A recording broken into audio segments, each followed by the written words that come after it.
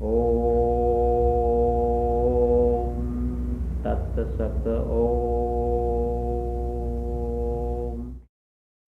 All of us have got the blessings of subconscious self, and time and again it has been proven that all of us have got inner vision, finer senses of knowledge. And particularly with our modern psychology and hypnotism, and proofs of reincarnation have come so regularly now during the last 2 or 3 years, that we know that our brain is not empty, our soul is not empty, but it is loaded and charged with our experiences of past life and past lives. Hence, if we can get tuned up to it, we can utilize them. The geniuses like Mozart, Edison, Einstein, Pedrowski, and dozens of others, they have utilized their brain powers. I've got a picture of a Hindu girl over here on the platform. She was here in Los Angeles a few years ago. She was a wizard in mathematics. In fraction of a second, she can give you multiplication, division of 10 and 12 figures, cube root and everything else. In fraction of a second. She could see before her vision. And faster than the UNIVAC could her mind work. God has given us the third vision. The swallows at Capistrano come there irrespective of time and date, regularly every year, from thousands of miles away.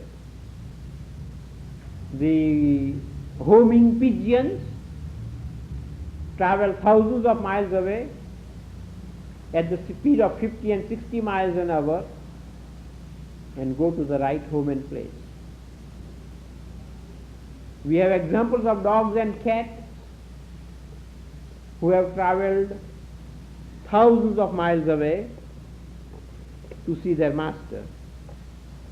And they have actually put human beings to shame with their instinctive inner knowledge and attachment to their master. For example, there was a dog in Denver, Colorado. That dog traveled over 1,500 miles to Tampa, Florida in about 8 months. Not only that dog came to Tampa, Florida to his master's home, but not finding the master home, the dog came to the park in a church where I was lecturing and where lady was the pastor. And the lady says, that dog over there at the door looks like my buster. And true enough, that dog was her buster. He went home and came to the park and sat down at the entrance. 1,500 miles.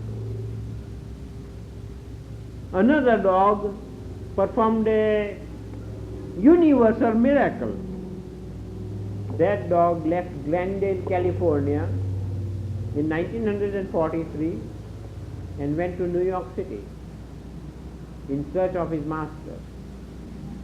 Not finding the master in New York City, the dog went to a boat and got on a boat that was going to France.